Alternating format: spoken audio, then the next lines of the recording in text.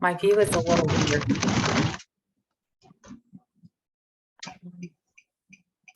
Okay, I'll just do gallery view, and then maybe I'll do gallery view, and then we'll get started. And I'm going to mute you guys, but feel free to put stuff in the chat, and hopefully we'll have a good time to questions and everything at the end. All right, so I'm so glad you guys are here. This is a kind of a new workshop. We've always done info meetings in the spring on like how to homeschool high school and middle school and elementary, and we're probably going to do those in the next couple of weeks too. But this one is on reimagining education, and this is kind of a smash up of some of the other things that we've done on the fourth industrial revolution and all that kind of stuff. So hopefully this is going to be really helpful to you. I want to tell you about a story. We just got back from Texas, which I love, the Lone Star State. We had so much fun talking to homeschoolers at the Great Homeschool Conventions down there. But we purchased a car a few days before we headed out, and I do not recommend that. Like, we had never taken a long trip in this car, and it was kind of interesting. But the dealership said that they put new windshield wipers on for us because the old ones were a little beat. So we're driving through Houston. Well, we were at Galveston. We were driving up to the Great Homeschool Convention. We're driving through Houston. So think traffic. And we're hit by this massive thunderstorm. And I mean, not a few sprinkles, but torrential downpour kind of thunderstorm. And my husband clicks on the windshield wipers, and the driver's side windshield wiper snaps backwards on the driver's side. So it's completely not going to work. And the rain is so heavy, people literally are slowing down to like 25, 35 miles an hour, and they have their hazard lights on. And we were in the passing lane because we had 3 people in the car. We were headed towards somewhere. So we're all the way over on the far left, and you can't see really anything. So my husband tracks this car in front of us with his red lights, his blinker lights, and we're just following him because we weren't even sure if we could move over. It was that bad of visibility. Finally, we were able to pull off the highway. We make it to a gas station, and my husband sees an HVAC truck, and he follows the guy in the parking lot and asks him if he could get a strip of duct tape to repair the wiper. And the guy says, "Wow, what happened?" And we were telling him like, our windshield wiper died. And he goes, "Well, don't head towards Houston because it's horrible traffic and terrible rain right now." And my husband said, "Yeah, we just came from there." So the guy hands my husband the whole roll. It just says, "Take all of it." And I kind of feel like that sums up, right? Like education right now. We're in this educational stormy weather season, and it's just this torrential downpour. Everybody's trying to figure out how to stay on track, how to stay safe, how to get off the nearest exit, but we're all kind of driving blind. And we finally find a safe place to land, and it's a lot like homeschooling. We finally find more help than we need. So I don't know, it just seemed really applicable to me. Everything I've been reading about education, it's like we're just in free fall in education, both in public education, some private education. States are scrambling. There's so many charter programs that are just popping up, and blended learning programs and private educational online everything. Everybody's trying to get to the nearest exit, but we're kind of driving blind a little bit. So hopefully this presentation will help you get a better idea of what's happening in education and how to focus on what's next for your kids. So if you guys don't know me, my name is Lisa Nearing, and I am the director at True North Homeschool Academy. I like to say I have 1 husband, 2 graduate degrees, 5 kids, and a black belt in homeschooling. So I've been married for 38 years, and I have graduate degrees in human development and marriage and family therapy. We have 5 kids. They're now between the ages of 20 and 36, and we have a few grandkids, and our oldest ones are being homeschooled, which I love. I've homeschooled for 30 years. I've written and spoken about home education. I wrote my master's thesis on why parents homeschool. I did a history of my lit review was the history of education in America. And so I've been really in the field of education really since my 20s in alternative education, but I've written and spoken about education and parenting, et cetera, written some curriculum. And in 2018, I started True North Homeschool Academy. We offer 2nd through 12th grade live online classes. And I can tell you a little bit more about that. And I've got a coupon code for you guys at the end as well. So this last year too, we acquired It's Not That Hard to Homeschool and Blue Collar Homeschooling. So check out our Facebook groups and our website at truenorthhomeschool.academy. So today, though, we're going to talk about reimagining education for our kids' future success and a little bit about how online education can prepare them well. So I'm going to start by talking about the future and the fourth industrial revolution in which we find ourselves. Because I didn't really realize we were in the fourth industrial revolution until I was leading career exploration class at True North Homeschool Academy a couple of years ago, and I honestly needed some filler material. And I ran into this idea of the fourth industrial revolution, and it has just sparked my imagination and piqued my interest ever since, because it's changing how we live and work. Our kids are going to live and work in this very unique place that we're not going to, because we probably won't be around. Maybe we will, but there's a lot happening. So the fourth industrial revolution is brought about by technology, and there's 5 emergent economies: AI, artificial intelligence, 3D printing, the precision economy, robotics, and the empath economy. And the empath economy just means anything to do with like mental health care or physical care. So like physical therapists, pastors, mental health providers, those kind of things. Anybody who would touch you in a personal way, because as we become more tech driven, our need for human connection also goes up. Does it make sense to everybody? I mean, it just, we're humans created for human interaction and touch. According to the estimates of 803 companies surveyed by this one specific report, employees anticipate 69 million new jobs are going to be created in the next 5 years, but 83 million are going to be eliminated. That is like a $14 million disparity between a 14 million person disparity between jobs lost and jobs created. And our kids are going to work in that economy, right? So just like every industrial revolution, I mean, think of 1890s to 1910, where the horse and buggy became obsolete and cars became the mode of transportation. All of a sudden, entire industries just disappeared, like Cartwrights. No longer did they need people to make wheels for wagons, right? But tire industry is burgeoned. So we're in that same spot right now. 2020 gave everybody the opportunity, whether they wanted to do it or not, to jump online. Okay, I say all that about the fourth industrial revolution because I want to set the stage for how we're going to educate our kids to prepare them well for this world where there's fewer jobs. They're going to be competing in a global gig economy. That means they're going to be competing for jobs globally.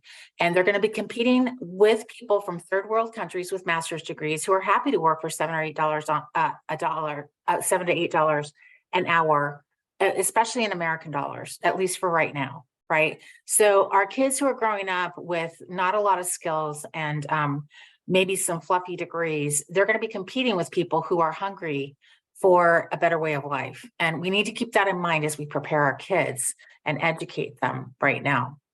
So 2020 gave everybody the opportunity, whether they wanted it or not, to jump online. And many people honestly had a terrible experience. And the teachers were put in no-win situations. The families were put in no-win situations. When part of the kids were sent back to school, it got even crazier. Teachers had to monitor half their calls by screen and half in person. Nobody had the correct book. Many kids lost a lot of academic ground.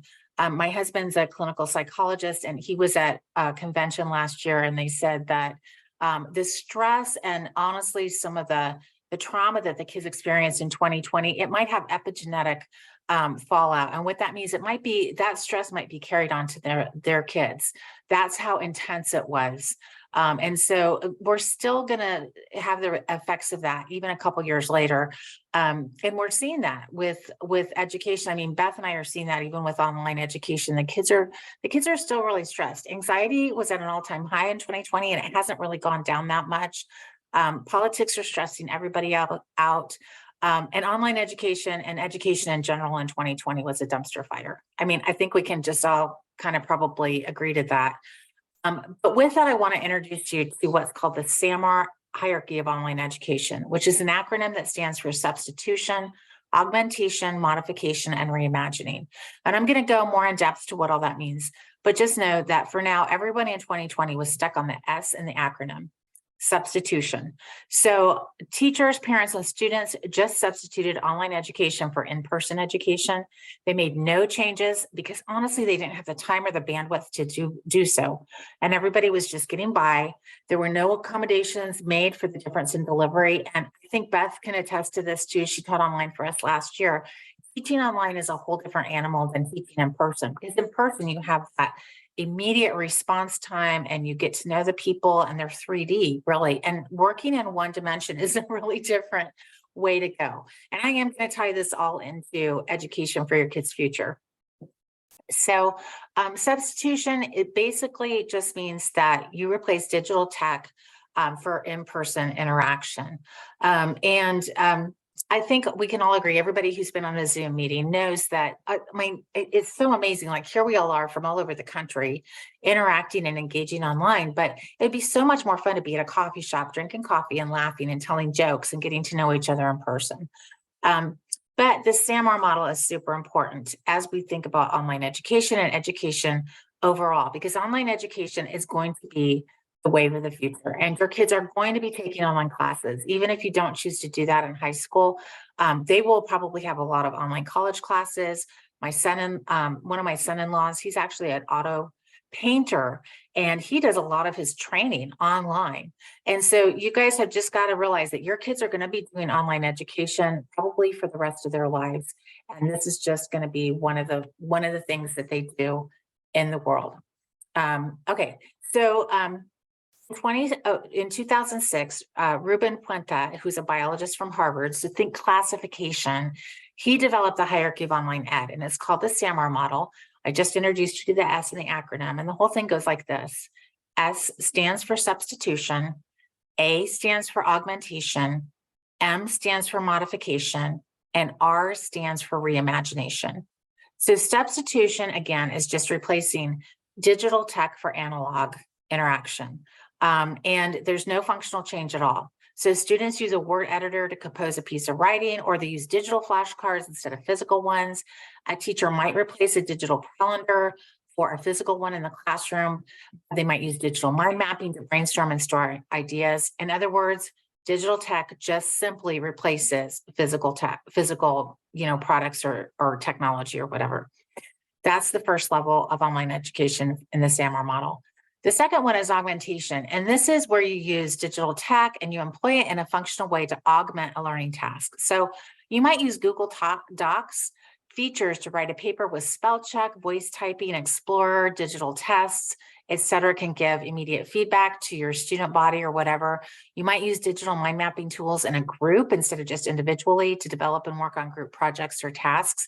So it's not that much different from substitution, but you're using more tools and you're using them a little bit more robustly. At the modification level, digital tech is used to significantly redesign a learning task. So students might use a digital portfolio to embed multimedia materials like text, images, diagrams, charts, etc., to showcase their learning. And students might be encouraged to create digital stories or even podcasts to demonstrate their understanding of whatever they're learning. So a few years ago when I was teaching Latin, I had a Latin challenge across the different Latin levels. And one of the things that I asked them to do was to create tweets with vocabulary words and that kind of thing. And the challenge was part of how we reimagined education, but the redefinition was at this level. And kids really like this. They really enjoy kind of using tech in new and unique ways. This might be something you want to think about in your own homeschool, even just helping your kids create a podcast or to create a digital storyboard or a mind map or something.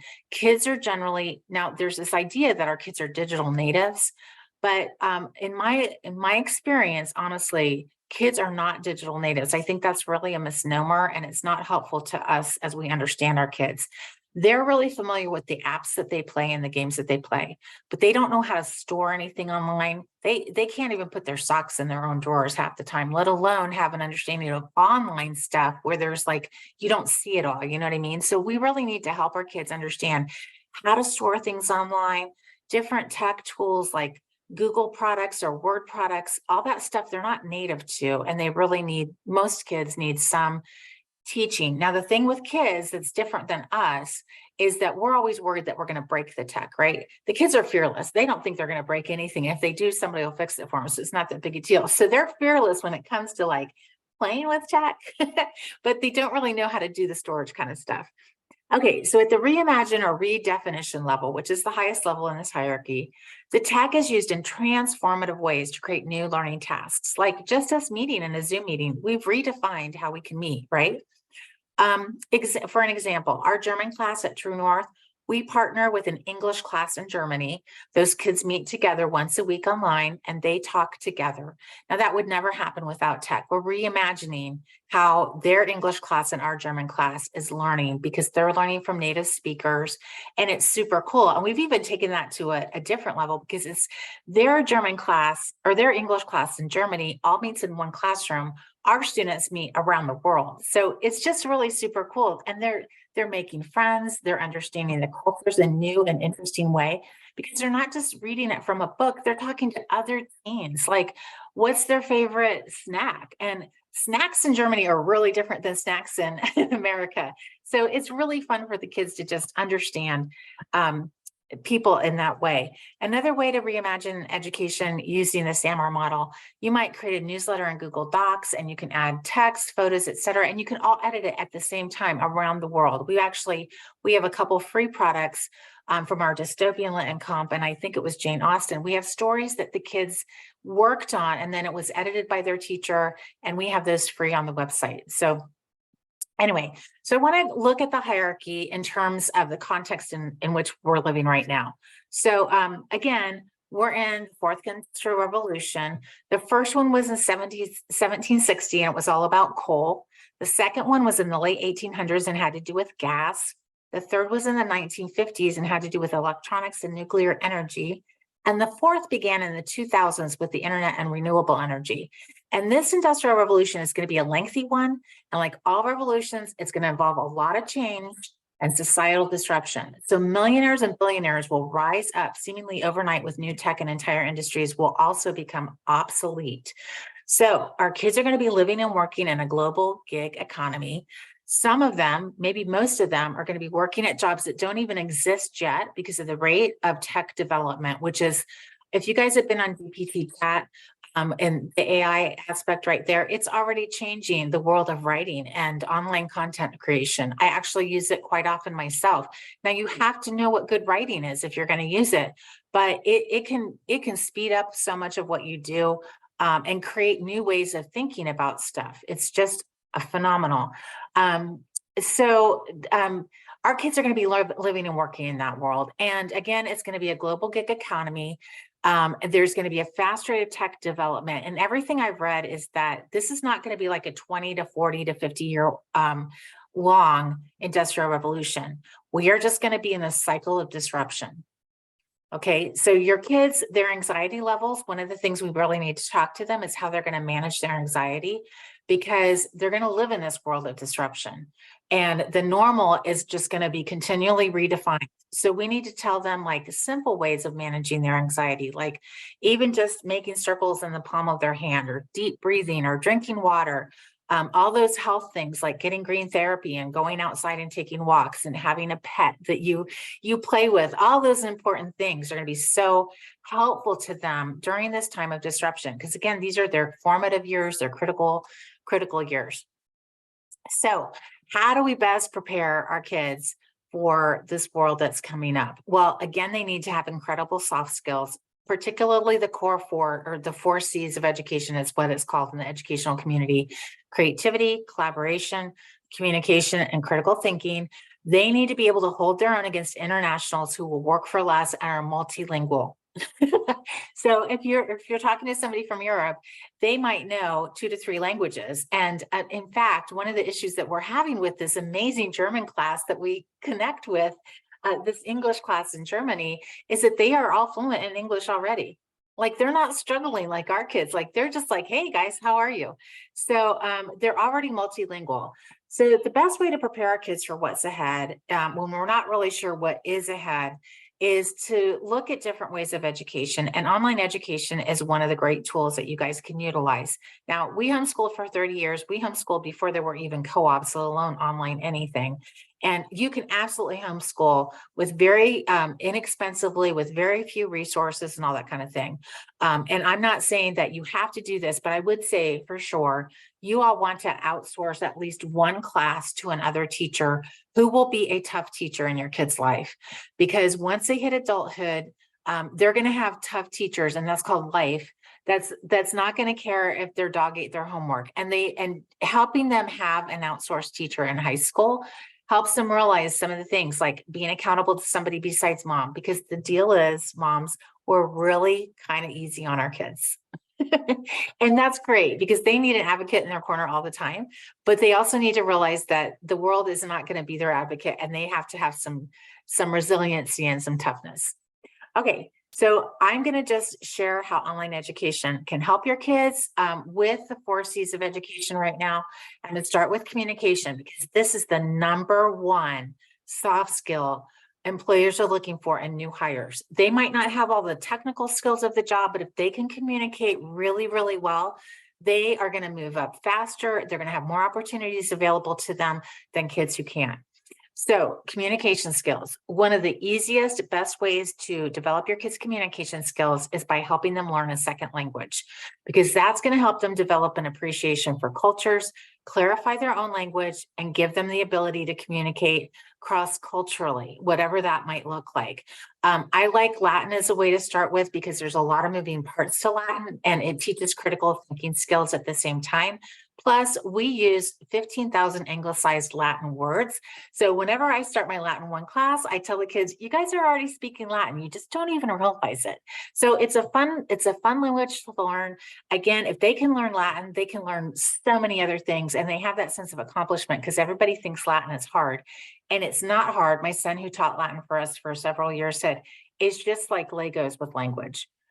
So if I think it's a really great language to start with, because again, it teaches kids how to learn a second language, and it also teaches them about English grammar in a way that is just going to blow your socks off. So if you take Latin, you don't need a grammar class. But I think the best way to learn a second language is with a live teacher. Now, I have 5 kids. We homeschool for 30 years. And my oldest and my youngest both had second language under their belt when they graduated. My oldest was pretty fluent in ASL, and she could hold her own in Romanian. My youngest daughter is fluent in Hebrew, and she can hold her own in Spanish. And the way that they did that was, my oldest daughter was part of a deaf Bible study and then went to Romania and was just immersed in the culture. My youngest daughter's taken Hebrew for several years from Rabbi Fisher at True North Homeschool Academy. She got a chance to meet him last year when she went to Israel. And she's taken Spanish for several years. She's also really figured out how to study languages. So that's really a goal of hers. But I would say having a live online teacher or being in an immersive experience made all the difference between just playing with a foreign language and really digging down and learning it. And if your kids are bilingual, especially in an Asian language, they can write their ticket to whatever job and basically even tell them how much they want. If they have a critical language, that's going to be really super helpful to them. And then Spanish, there's more Spanish speakers in the world than English speakers. So I would just say having a live teacher where you actually have a text, and they also have the opportunity to speak and hear the foreign language, is going to make all the difference for them as they develop communication skills. And then excellent writing skills. Like, it doesn't matter what job you're in, your kids need to know how to write really, really well. And that means it needs to be logical, because good writing is always good thinking. Beth and I have both taught writing for years and years. And honestly, I love teaching writing. I know Beth does too. It's such a joy to watch kids going from feeling not so sure about writing to really feeling confident. Like, if you hand them a piece of paper and say, I want an essay on paper clips, they can just go, not a problem, and sit down and write an essay on paper clips. It's like, that's such a rush as a teacher, right? But if you don't feel confident about teaching your kids solid writing, hire it out, outsource it. Beth Purcell is one of the best writing teachers online I've ever experienced. And there's a whole different thing to teaching online than teaching in person too. So if you have a good co-op situation or whatever, that is great. But if you don't, check out the classes at True North Homeschool Academy, because our writing instructors, they're top notch and they love teaching your kids this very basic skill. If they have some basic skills, they can knock the socks off of whatever job they're interviewing for. And that's what we're really committed to, helping your kids get marketable skills at True North Homeschool Academy, because we know that look, the world, there's a lot coming at our kids. They need to be able to stand firmly on both feet, heading true north all their days, but they're going to have a lot of voices coming at them. They're going to have a lot of things trying to knock them down. And so we're here to come alongside you so you can raise your kids up with truth, beauty, and goodness, and that they can really be leaders and moms and parents and solid citizens of the world in the United States as they grow older. Okay, so communication skills is number 1. Critical thinking skills is number 2. And your kids are probably honestly going to out math or out science or out history or out English you at some point. So both of my boys, I have 2 girls, 2 boys, and a girl. Both of my boys, my middle kids, they both got to the point about 8th grade where you could say a person, a time, or a place in the world, and they could talk for like an hour about it. Like if you said 1527, they could start telling you the kings and queens of Europe, and they could tell you what was going on in Asia. Like they just totally out historyed me. Like they love history. They have timelines memorized, and that's their passion. And they're both writers too, which I love. And hopefully that's going to be one of the great joys of your life as you homeschool, is that your kids are going to like go beyond you. They're going to stand on your shoulders and just outpace you. And that's really kind of such a fun thing to see them really soar in their gifts. But when they get to that point, what do? I mean, your kids can teach themselves, absolutely. But one of the things about high school is it's not just hours in that makes it a high school worthy class. It's the rigor of the class that makes it a high school level class. So your kids can teach themselves, but without a good feedback loop and without a good assessment loop, most students don't get better. And here's what I mean. Your brain gets better at what it does. So if your kids are playing games like video games all the time, they're going to get better at video games. But in reality, when they stand up from that video game, they haven't acquired new skills. Let's just be honest. They've leveled up, but they haven't done anything. And so the thing we do, we get better at. So if your kids are writing and they're not getting a good assessment feedback loop with what they need to improve on, they're practicing poor writing skills. And that's why an assessment or a feedback loop is so very, very important at the high school level, because at the high school level, your kids should be able to start analyzing and synthesizing information and putting it together with other different subject areas. So science and the Bible should start coming together for them, history and English and all those kind of things. And if you don't feel competent to do it yourself, this is a good time to outsource it. Okay. And a lot of people are worried about how to pay for online education or how to pay for a teacher or a tutor or whatever. But one thing I have found, and look, inflation is a real thing. I went grocery shopping when we got back from Texas, and I was like, wow, we didn't even buy anything. And it was like literally probably 40% more than what we paid for several months before. So I get inflation is a real thing. Education is the transmission of culture. And if you gyp your kids on education, you are setting them up to really struggle in life. So however you can prioritize your kids' education, you're really helping them understand the culture that you value, and you're setting them up for success. So that's always been one thing that we've really invested in, is education in our life. And I just want to encourage you guys to do the same. Of course, I want you to buy True North Homeschool Academy classes. Ours are the best. I think we have amazing teachers, but whatever you guys need to do, I'm just saying, find somebody who can help your kids go to that next level of thought process and critical thinking skills, and help them learn to analyze and synthesize information. Now, I just did a presentation on how to homeschool elementary school. And one of the things I found in my research is that in public schools, a lot of kids are saying a lot of teachers and schools districts are saying, in the digital age, your elementary school student needs to be able to analyze and synthesize information. Look, developmentally inappropriate. Your elementary kid is in concrete operations. They don't have those thinking skills or tools or brain space yet. Doesn't even make sense for them as elementary kids, but absolutely in high school. They need to be thinking deeply. They need to be putting things together and strategizing in ways that you haven't even thought of, because they should just be surpassing you in some areas. So that's one of the things that I love about our teaching staff at True North Homeschool Academy. We have a PhD in molecular biology teaching our upper level science classes and a professional weatherman on board now too. One of our history teachers worked at high levels of public policy in Washington, D.C. He's been on CNN and the Senate floor, and he's read every Senate brief since the 80s. And he pushes kids to think broadly and deeply. My kids have said about Adam Pruzan that he is one of those teachers that literally changed their life. My son just graduated from college and got his first professional degree or first professional job. And one of the people he called was Adam Pruzan, who he had as a teacher in high school. I mean, those are the kind of teachers we have at True North Homeschool Academy. So if you don't take classes at True North, find some place with those kind of teachers who are going to invest in your kids and help them go farther, faster. Because if you find, look, since 2020, there's so much talent available now because people realize that they could sit home in their pajamas and teach online, right? Like we don't do that at True North until we get dressed, but your kids are able to rub elbows at a very young age with experts in their fields. That's pretty crazy. Dr. Kristen Moon was in a research lab doing molecular biology research. She's teaching our kids biology, A&P, chemistry, physics.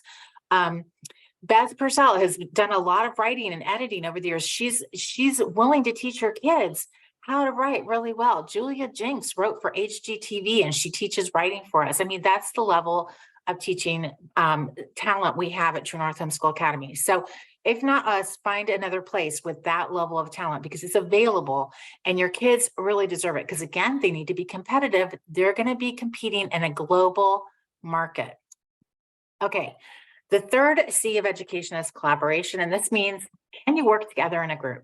And with online education, your kids interact with everybody. Like we live in the middle of Timbuktu. I tell everybody we live, okay, go to the end of the middle of nowhere and then go 2 miles past that. That's where I live in South Dakota. I mean, like we have to drive to get anywhere, right?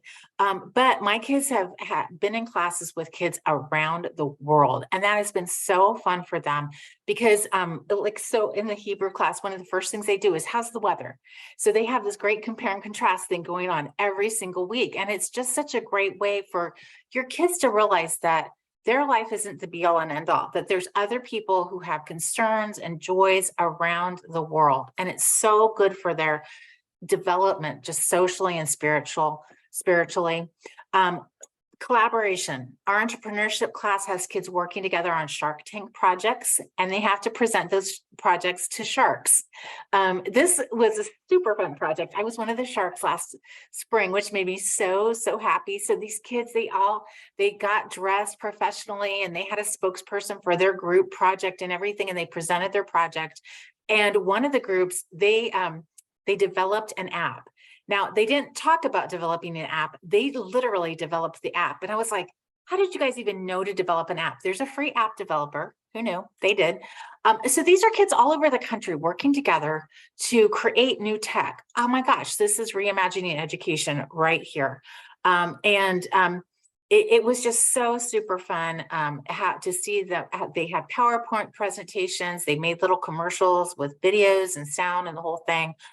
Some of our students have gotten together in the summertime and gone to camps together or visited each other. We've been able to meet several families as we've traveled doing conferences and stuff. And I love that so much because the world can be scary and bleak. And when you meet people, you realize that people are just people around the world and you have friends around the world and your kids are feeling more anxious and alone than ever before since 2020.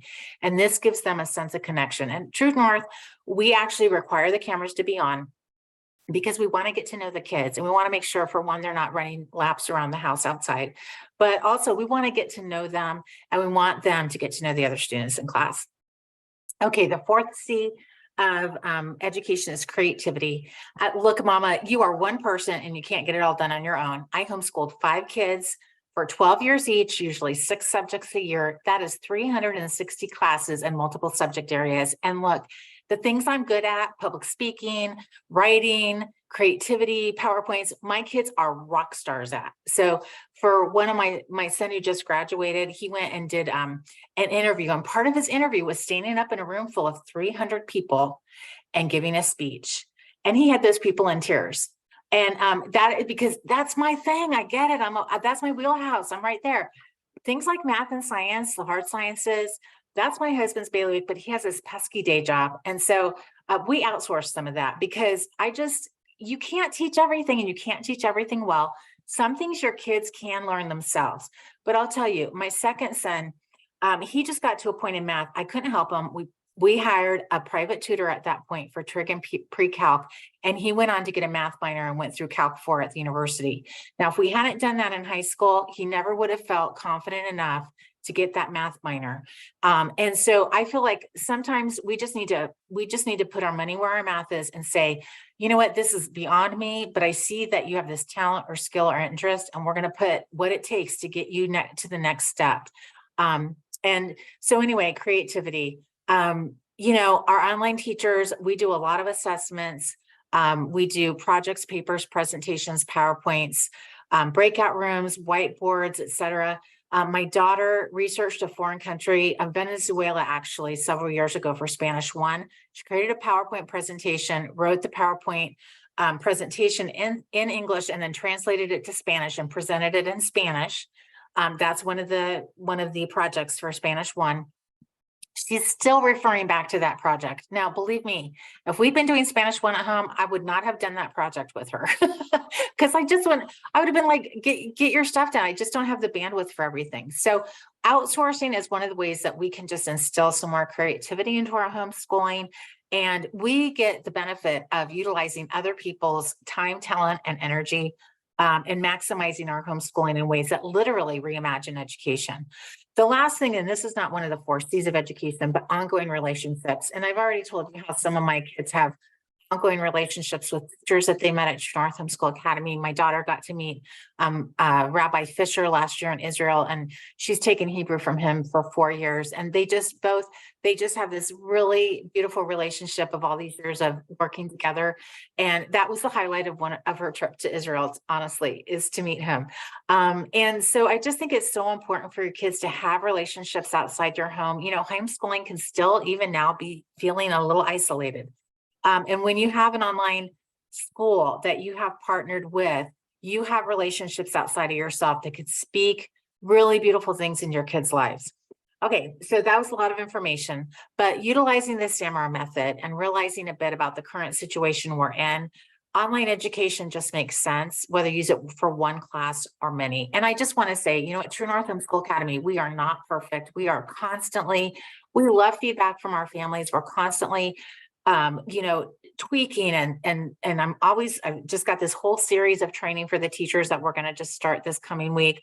But we really work to honor the trust that our families place in us. We try to be your trusted academic partner because we realize that the world has just a lot coming at everybody right now. We know that you need somebody on your team. So we offer over 140 classes, including all core classes, math, science, history, English, 6 foreign languages, including Latin, Spanish, French, German, ASL, and Hebrew, and marketable electives, including classes every kid should take in high school, whether you take it from us or somewhere else, and that's entrepreneurship and career exploration. Because again, your kids need to realize what their skills are and interests are, because they're going to be working in jobs that might not even exist anymore. So I want to offer you a code. It's EDU5, and that's 5% off store-wide classes. You can stack it with our Buy More, Save More, or military ministry discount. And we'd love to partner with you this coming year as you're looking at homeschooling your family. Also, I just want to share with you, you can check out our printables section at True North Homeschool Academy. It's True North Homeschool Academy. And we have curriculum planning sheets, personalized learning plans, log sheets, and tons of free information for you over there, including a couple of escape rooms that are super fun. Lots of cool things over there. So check out True North Homeschool Academy and go to the printables section, and you can find lots of stuff to download for free. So you guys, if you have any questions, I would love to answer your questions. Beth's here too to take questions. So I'm just going to offer that out there for you, Beth. But yeah, if you guys have any questions about what we do at True North or what I just shared with you, I'd love to chat. Yeah, Danette. Okay, so when you were talking about foreign languages, Yeah. you mentioned some of the, I can't think of the word that you used, but it's kind of like necessary. You would say those were the Critical. ones. Yeah. Yeah. Critical So languages. right. Yeah. So, and you kind of mentioned some of the Asians. Which one, if you had to pick, which one would you say would be probably the most broad reaching? So critical languages, and I do have there is a blog post and a podcast on the importance of critical languages. Critical languages, I will answer your question. Critical languages are important to the United States for trade, for military security, and for diplomacy. Okay. And that list changes. It varies just slightly from year to year, but every single year, Chinese is on the top of the list. And then there's other foreign languages, again, like Arabic and Hebrew. They're both critical languages. There are some really great scholarships for kids who have studied critical languages, and there's great military opportunities for kids who have studied critical languages. We have always offered, honestly, until this year, Chinese, but we're not this year. It is a little bit difficult to find Asian language teachers coming from a faith-based perspective, and because of because of some of the culture, that's really important to me with what we offer at True North. But I know Global Goose might have Chinese, and I think the Well-Trained Mind has Chinese at this point. Outschool, I know, has Japanese. Now, okay, I'm coming from a faith-based perspective. So if you guys aren't, take this with a grain of salt. Anime is huge, and a lot of our teens want to get into Japanese because of anime. I don't think that is a very wise idea. And if you want to talk to me about that further, I'd love to chat with you about it, maybe off of the recording.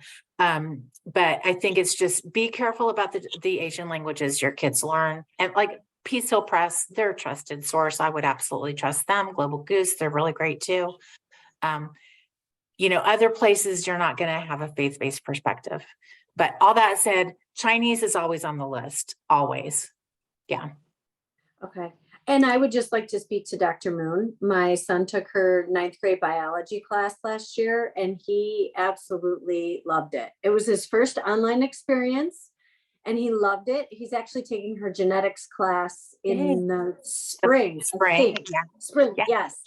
Yeah. Awesome. So yeah, Thanks. I wanted him to do the I think she teaches, no. Anatomy and physiology. Yes, I wanted him to take that, and he didn't want to, but it's interesting because I'm actually going back to school in September myself for homeopathic practitioner, and I have to take anatomy and physiology. And I'm like, crap, I could have taken that class with you. Yeah, you could have. Oh my gosh. So she's had students who have gone on to university and they're like, I aced the class. I didn't have to study that hard because your class prepared me so well. And there's no textbook. And really with a lot of our teachers, they're the textbook because they're just bringing that level of expertise to the class. And Dr. Moon is right in that camp. She's a brilliant educator. Amazing. She was amazing. I mean, he was trying to figure out the history of our eye color, I think for like 2 weeks. I love it. I love it. The Punnett squares. I'm like, oh my gosh, can we just put the Punnett squares away, please? I love it. That's awesome. Yeah. Thank you. Sure I'll look thing. for the blog though. I'll look for the blog on that. Yeah. Awesome. And just if you can't find it, go to either the Facebook page and just tag me or start a chat at True North Homeschool Academy, which is our website. And you can just say, hey, where's that? And I'll link it to you. Oh, yeah. Perfect. Thank you. Sure. Yeah. Thanks for being here. Any other comments, questions? I want to hear from you guys. How's it going? Are you guys ready for fall? Are you loving homeschooling? Hannah's going, no. What do you still have to get planned? What are you guys feeling nervous about? Anything? Or you feel good? You're just enjoying summer? I hope that's what's happening. I'm just really enjoying summer right now. I teach public school 4th and 5th grade during the school year, but I also homeschool my kids. Wow. So that's a lot. Yeah. It's exhausting. Yeah. But I signed my son up when he was in 8th grade not last year, but the year before for one of your classes, and he just loved it. Yeah. One of the True North Homeschool classes, it was science using Marvel movies. Oh yeah, Science with Marvel. That's a It hugely was popular class. amazing. He was very excited about it. So he's asked to take more of those types of classes this year, which I'm excited about because I support him, but somebody else actually does all the hard work of teaching him. Yeah, So I love it. I love that. Yeah. Yeah. God But bless you. That's thank a you. lot. I've been homeschooling since my oldest was in kindergarten. He's 20 now. Wow. And so yeah, I am a big fan of homeschooling. I love it. And I just love all the new things that are available since, the 2020 whole school thing. And I liked what you said earlier at the beginning of this talk about how teaching online is a completely different biscuit than teaching in person. And we all had to go through, learning how to teach online so fast. And it was not well done. Crazy. It was not well done. We were asking amateurs to do the job of professionals, people who were learning on the go. But what I've really loved is how much homeschool has just bloomed since then. Yeah. It's everywhere. It's turned into a mega industry. Yeah, it's $1 billion industry. And that is the thing. I mean, there's so many more opportunities, but now you kind of also have some schlocky stuff because people realize, well, it could be easy money. And anybody who has really teaching knows there's nothing easy about teaching, whether you're in person or online. It's a job, but it's a beautiful job. And honestly, God bless you as you're just teaching those kids in public school, because that's huge. And I think I worked for a third of the time while I was homeschooling, and it's a hard balance. I mean, because you've got that mom guilt. You're guilty if you're at work, you're guilty if you're homeschooling. And honestly, that was one of the reasons we started True North, is because I needed support for my kids who were going farther than I was and had big dreams that we needed somebody to come alongside to support them getting there. So yeah. Awesome. Exactly. The more you can outsource those higher level things, the better. Yeah. It was great fun when they were all, the little elementary school is really a fun time for homeschooling. Yeah. But when you want them to have a quality education and you want to pass your beliefs and your cultures on to them, then the high school, it becomes super important. Yeah, exactly. Yeah. Thanks. And to find rigor. I like how you were talking about finding something that's difficult for them. So I was just chuckling because you said outsource that rigorous class, and I never did. I was the one doing the rigor. And so that creates relationship issues sometimes too. So I think it's really smart to outsource the rigorous class. That's a really great idea. Yeah. Thanks. Yeah. Yeah. Anybody else who can be the bad guy? I had a question. Yeah. Sure. How long, if you're doing a writing class, how much work, how many hours a day, or we have a co-op we do, and then once a week, and then academy with different classes, but they're wanting us to not make money, they want us to serve too. Wait a minute. The point of the co-op is you got to serve, but the academy should, I don't know. So just trying to figure out high school classes for this next fall. So well, English, you cut out. History. Yes, you're cutting out a little bit, but what I think you asked is how much time outside of the class should kids be spending on elementary and high school? Is that what you were saying? Okay, so I think at the elementary, okay, yeah, sorry. There's just it's a little lag, so I don't mean to talk over you. I would say at the elementary and junior high level, probably a half an hour up to an hour, 90 minutes a week outside of class. I wouldn't do too much. I mean, I wouldn't go into 2 hours outside of class for elementary, because if you're doing that for one subject, it might indicate that they're either just blowing the work, or they're struggling in some ways. They have a challenge they need a little bit of help with. But by high school, they should probably have 3 hours, 2 to 3 hours a week outside of the 1 hour of class time. Because you want to, I focus on Carnegie units, and I know there's this whole idea in homeschooling. You're a homeschooler, you just do what you want. But again, we're preparing our kids to compete in a global gig economy. Like they need to have some resiliency. They need to have some chutzpah behind them. So I would say like an hour in class and then probably 3 hours outside of it to make 120 to 180 hours of time put into a class for high school level credit. Okay. Yeah.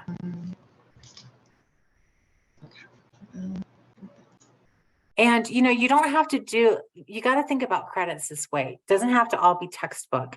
It can be movies, it can be audiobooks or podcasts, it can be papers, projects, presentations. So I like to use music because that's a really good one to use. So if your kids are earning a music credit, they can do practice time, theory time, lesson time, performance time, their competition time. If they're teaching another student, they can count that. So you can add all of that to the credit basket, right? And you can just do log sheets. We have free log sheets at True North. You can just download the log sheets and just use it. You can just log time for classes to earn a credit. Now, again, at the high school level, you want to think about like, it's not just time on task, it's also a level of rigor. I just was in a discussion this last week. Somebody wanted to use Story of the World for high school level history. And I love Story of the World. We had a house fire and we didn't have much left, but we had the history CDs for Story of the World. And my son played them so much. He literally had big chunks of it memorized because he'd go to sleep with it. Like we weren't in our house. We lost almost everything we owned. So it was just that Jim Weiss's voice was very comforting to him. He knew those stories and he just listened to them over and over. But they're really not high school level rigor. You know what I mean? You could do things to ramp it up. You can, but then you're putting time in. So you got to think about high school. It's literally going to be time or money. I mean, honestly, you can do it all for free. Absolutely, you can do it for free, but then you're going to put time on task to make it probably at a high school level. Do you know what I mean? Yeah.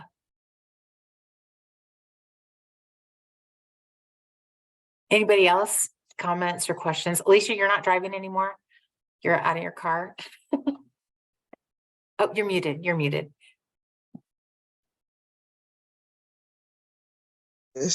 Okay. Can you hear me and see me? I can, yeah. Okay, yes, I've really enjoyed this. Basically, right now you was talking about the rigor. That's been a concern of mine because I've noticed one of my children, she was considered gifted before we left the public school system, and that was during the COVID thing and all of that, 2020. Yeah. And basically, I just have noticed her like just getting lazy with things. And so this year we're going to try for her only because of the cost, and we can invest in her. Basically, classical conversations. I don't know if you've heard of it. Yeah, I was a challenge to where they do the Latin and all of that to challenge her more. Yeah. And then with my high schooler, she'll now be in the 10th grade. Last year was the first time that we did high school, and tentatively I stepped in and I was just like, hey, if other homeschoolers are saying you can do this, then me and the Lord and her and and her dad, we're going to do this. Yeah. And so anyway, it's been great. And this summer she's been doing a class, English 101 at our local community college, and she took a test. Since she hasn't done the ACT, but she took a placement test and she was able to, they said, yes, she can do the English 101, and she's been doing great. She's loving it. This summer, we've let her go on campus there 2 days a week. In fact, I had just picked her up. And but she's doing great, and the teacher was saying, you're doing better than some of my college students, because that's what she wants to be, as a writer. And so it's challenging her, and she's keeping up with the assignments. In fact, she's ahead of time. Yeah. And so this fall we're still going to do 2 other classes because the dual enrollment is being paid for by them. Yeah. But we're going to let her do online this time. Yeah. And so we're picking out 2 classes for her to do, and she chose them. And but anyway, you were talking about the rigor, and that really just touched me there, because I want to challenge them. And even with the languages they've been learning, one of them has been doing, Korean. One has been doing Italian, and the other one has been doing German, and she's the Wow. youngest. And the one that's doing Latin, you know, already is not as hard for her because she's been doing a foreign language.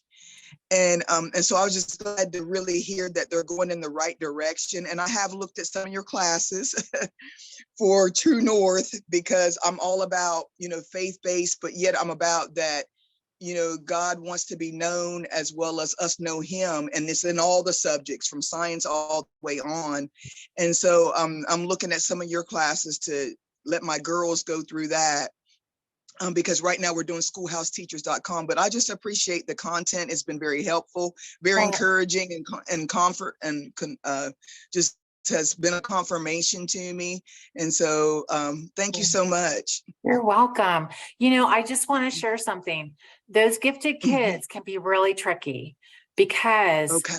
they can take in a fast volume of information and synthesize it quickly and younger than most kids. So if you have a gifted kid, the big thing that you're going to struggle with her is keeping them intellectually fed. Okay. Because they can just consume. But the other thing, they're still children. And I'm finding that out. Yeah. So, I mean, if you have worked with gifted kids or anything, you know this, that just keeping them engaged intellectually, like if she starts to get a little bored, it's probably because she doesn't have enough to engage with intellectually. However, she's still a child. So you have to balance that out, because there's so much that they could do intellectually, but they just don't have the wherewithal maturationally to handle. So I think doing the dual enrollment, fantastic. That's a great strategy, especially if it's paid for, because she clearly can keep up with the academic rigor and she's ready for it. But you're still there with her, and you can still make sure that it's not overwhelming to her, you know, emotionally or spiritually, you know, because you got to protect your kids, right? Because no one else is going to do it. But yeah, and the other thing I wanted to mention to you, are you familiar with NaNoWriMo? No, I'm not. Oh, okay. So it's National Novel Writing Month. It's I'm gonna, if I can write it in the chat, we'll see how I can. So it's NaNoWriMo, and you can just Google it. There's a junior section of it. Phenomenal resources, and National Novel Writing Month is in November. And there's literally, I think, millions at this point. Maybe Hannah, do you know, are there millions of people participating? I think so. So there's editors on there looking for people to publish, but you set your goals, and a lot of people get on there and write a novel in a month. My son did this for 2 or 3 years. And they get it all set up ahead of time, and then it keeps track of how many words you have and all this other stuff. But there's tons of resources on the NaNoWriMo Junior. There's a junior website, you know what I mean? But your daughter might love that. The other two things I want to mention, plug for True North, we offer Dystopian Lit and Comp and Whodunit. In Dystopian Lit and Comp, the reading dystopian novels, it's really about identity. Anna now does a great job focusing on identity. So it's not just like the end of the world, we're all going to die. It's not like that. And then the kids actually write a short story and a novelette in that class. And same for Whodunit. They read mysteries, cozy mysteries. So it's not blood, guts, and gore. It's more like they're reading Agatha Christie and Dorothy Sayers, who's my personal favorite author in the entire universe. And then they're writing a short story mystery first semester and a novelette second semester. And the difference between a novelette and a novel is just word number. So novelette is like 14,000, and novel is like, you know, more than that. But we have some of our short stories free on our website under printables, and the kids are just doing amazing writing. Again, they have that feedback loop of somebody going, you're doing a run-on sentence here, or you took a tangent, you need to cut that out, because if you're a writer, you know, words are like your babies, and you don't want to cut any one of them because you love them so much. And I've taught creative writing. The kids never want to edit their stuff. They love every single word, but your reader wants a really tight story. So those classes are both great classes for budding novelists. But NaNoWriMo is a free resource. I tell people about it all the time. Yeah. Thank you. You're welcome. And Lisa, can I just say a quick thing? Yeah. About gifted learners, because I had a gifted learner when he was before he moved on and spread his wings. But gifted learners don't need more work. They need deeper work. And a lot of people get confused in terms of, oh, well, I need to pile more on to my gifted learner because they're bored. They need more work to do. And that's not necessarily it. It's deeper learning and deeper work, and work that is creative and makes them think deeper and differently. So just to know, not more work, better work. But thanks for saying that. I probably didn't. Yeah. Exactly so. Right. Thank you. Thank you. Yeah. Yeah. God bless you this year. It sounds like you got a busy year planned already. Everybody does though, right? I mean, it just feels like life doesn't get less busy. It just feels like it's busy. The end. Yeah. Well, you guys, if you're not on our Facebook page, we have True North Homeschool Academy Facebook page, and then we have Homeschooling Looks Like Facebook group. And we also own It's Not That Hard to Homeschool, which is a huge group in blue collar. But if you're just, you don't have to take classes to be in that group. It's about 2,000 people. And we have, the teachers are in there, and you can ask anything you want about homeschooling. You'll get lots of opinions from a faith-based point of view, and we'd love to have you in there. But if you have any questions about our classes or any other resources, we'd love to reach out. Beth's in there all the time, and you can go see her dog, which cracks me up because he's diving off of a diving board, literally. It's a video. It's hysterical. So you guys really need to go watch Beth's dog dive. Literally, it's really, really funny. Made my week, obviously. I'm easily amused. But thanks for hanging out with us, you guys. We're going to be doing a couple more info meetings. We'll probably do one how to homeschool elementary school and junior high and high school. They'll be separate ones. We might do one on special needs. Maybe I can talk Beth into doing one on gifted kids, because they are it's a whole different world for gifted kids. And they can be super, super fun to teach, and they can also be really frustrating. So, because they're people, but stay tuned, and we'll have that in the newsletter or the emails, and we'll also have it on the Facebook page. So I really appreciate your guys being here with us today. Thanks for being here and talking and just hanging out with us. And God bless you guys this year as you homeschool. We'll talk to you later. Bye, everybody. Bye. Thank you. Bye. Thanks. Okay, I'm trying to